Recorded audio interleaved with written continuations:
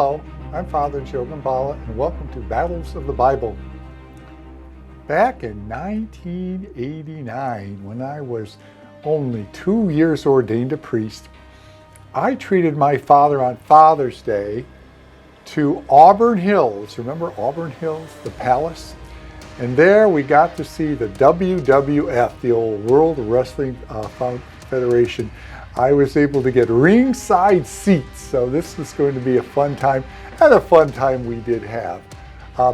But what I remember the most about that trip was getting to meet Andre the Giant. Andre the Giant stood well over 7 feet high. He was well over 400 pounds, a massive human being. But as I watched him perform in the ring, I realized Andre moved very slow. And Andre looked like he was in pain sometimes, and I didn't think it was acting. Well, I found out later on that Andre the Giant suffered from something called gigantism. Gigantism is when our growth gland doesn't stop, usually because of a tumor or something involved, and the body just keeps on growing when normally it would stop. And poor Andre had that condition, so he grew much, much larger than most anyone would. Unfortunately, people who have that, their growth in the skeletal size is not kept up with the internal organs. So the heart is not growing as big enough, the kidneys, the livers, these things are working extra hard to keep that massive frame alive. And sadly, most people suffering from that disease don't live very long lives. They really get past 45 or so. Well, today's battle involves someone who had that disease, gigantism, and his name was Goliath. Goliath was a soldier in the Philistine army.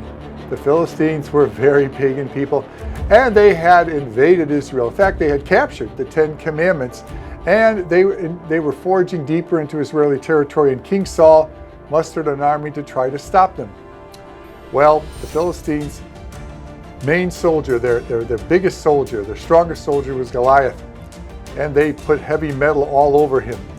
And the scriptures, if you read it very carefully, say that he was helped down the valley. They helped walk him down the valley, where he would yell at the Israelites saying, "If there's any champion among the Israelites come to fight me, come." Well, the truth be told, Goliath wasn't going to be able to fight much at all because he couldn't move very much at all. The whole idea of Goliath was to scare the Israelites. He was propaganda. He never led a charge. He didn't lead a battle because he couldn't walk fast enough to do either. But, as propaganda, he was good because it scared all of the Israelites, except one. And the person who wasn't afraid was David. David saw all the way through it.